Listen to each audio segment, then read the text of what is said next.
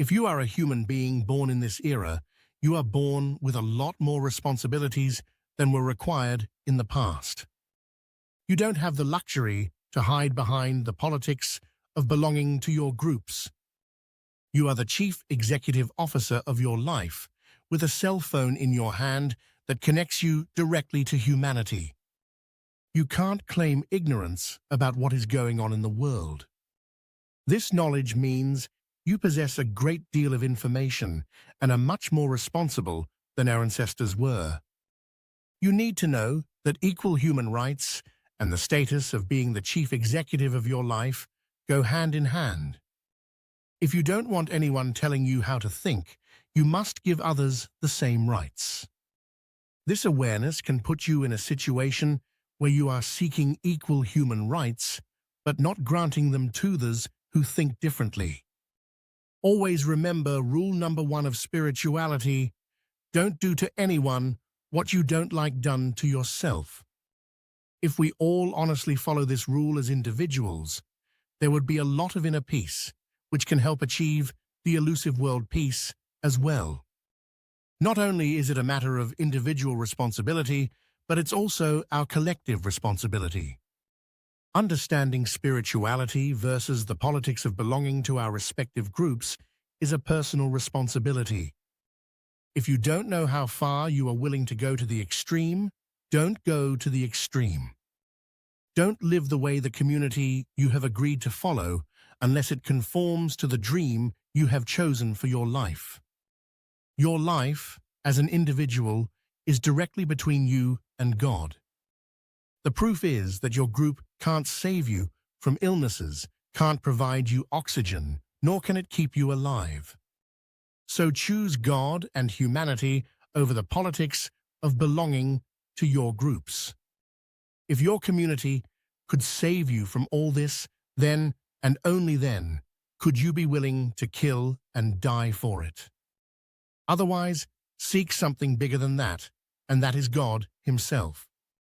Your community groups may have ingrained into your mind that they are followers of God and may have told you that they are directly related in some way. Ask them to prove this to you.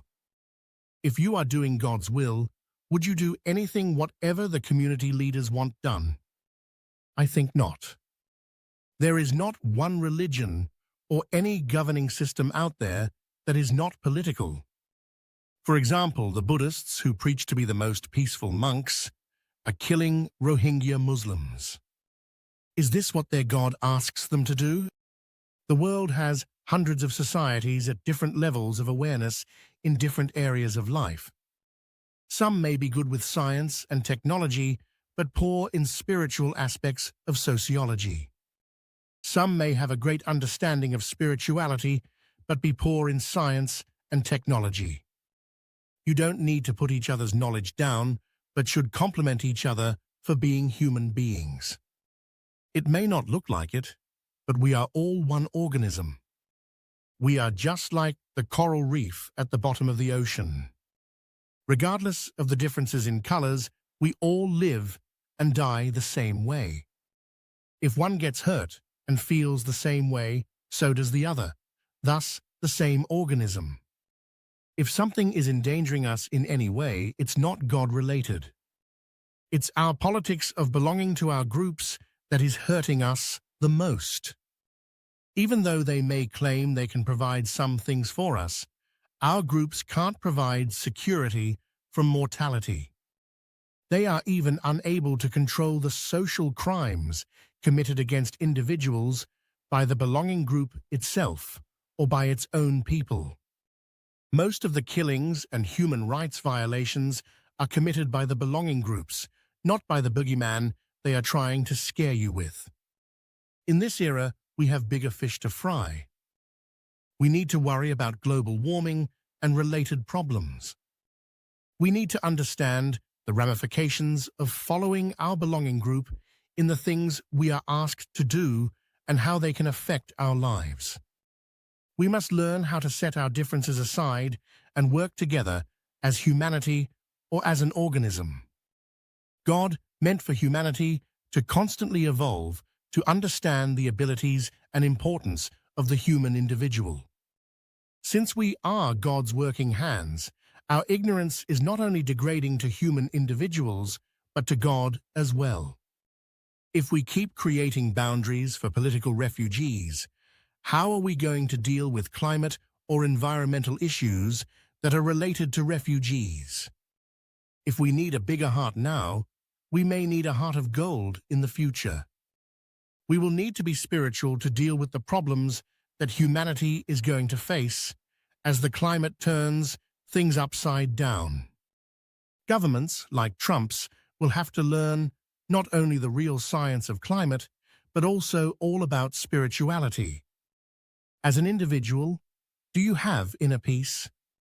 If not, it is time to reflect to achieve it. A mortal life without peace lacks the wisdom of living a temporary life. A person with inner peace is able to reflect peace outward and all around themselves. When this inner peace is shared with the surrounding environment, it can spread like an infection, in a good way, especially today through the internet and then onto all of humanity. The United Nations and its infrastructure are already there, but it has a veto power to block progress. Its veto system is robbing many people and countries of democratic values. Humanity can't do justice to everyone, nor can it come together under one umbrella as humanity are such. If a few groups of people can deny justice to certain groups of humanity with the power to veto things they don't like, then as a whole world, we shall always be divided. If we as individuals can learn to live with each other on one planet as home, we can learn to deal with real issues such as human survival instead of extinction with nuclear weapons. Our political systems are in the business of sanctions. Through the United Nations, we enforce sanctions against certain nations. All it does is make the human individual suffer. We seem to think it is to make the group bow down to pressure, but it doesn't work other than to spread the sufferings of the human individual. This often strengthens the resolve of individuals to stick with the politics of the group they follow. If we spread the idea that free education for the world's populations will enhance individuals, and with this newfound knowledge, they can move forward in a positive manner to make life better for all humankind.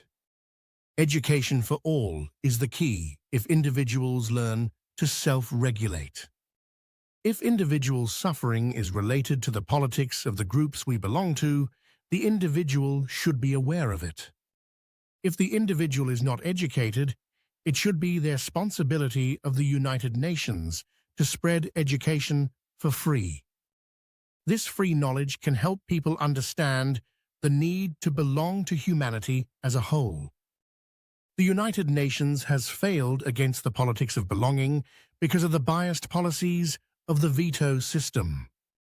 If individuals are educated with equal human rights and a sense of justice, it can bring changes from the bottom up instead of the top down. The democracy-preaching nations should look deep into their policies and see if they are really preaching democracy. Look at the United Nations. Is it effective democracy? The United States of America went to Iraq, disregarding the will of the United Nations, which had voted not to send troops to Iraq. The United Nations can be an impotent organization when it comes to real democratic values, but using the veto system is not democratic. We need to have educated human beings run the show, but working against individuals' human rights and causes. Instead of preventing wars, the United Nations is political regardless of education, so the knowledge of the politics of belonging should be critically examined. That is why, regardless of the level of education, people are still identifying themselves as Muslims, Christians, Jews, black, white, brown, yellow, red, Indian, Pakistani, American, Canadian, gay, straight, or any other gender-based identity. A human being is what we are before all the above categories of people. We need education that brings individuals to think above and beyond the politics of belonging to a group of human beings. It is already happening.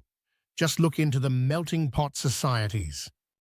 For example, people can learn to live together under the umbrella of one government, regardless of color, gender, nation, or religion. So why is this happening? They understand that humanity is one organism. If our good and bad are related to God and the devil, it is actually related to human beings using politics to hide their good and bad actions behind God and the devil. This makes the human individual insignificant. This insignificance is not created by God. It is related to the politics of belonging to our groups, and yes, it is not just running into our communities. It goes all the way up to nationalism and our religions as well. We need to know the real reason why each and every one of us is capable of using free will, regardless of our level of education. The importance of the individual having free will is a wisdom of God Himself. Before making choices, we all need to know the personal responsibilities we acquired when we were blessed with free will. All the best of spirituality needs physicality to be effective, so the importance of the human individual can't be underestimated. It is the end of the year 2017, so let's learn to be important from now on, and let us own our actions as individuals instead of hiding behind God and the devil. We must do this not only individually, but as groups, so we can become peaceful human individuals and humanity as well.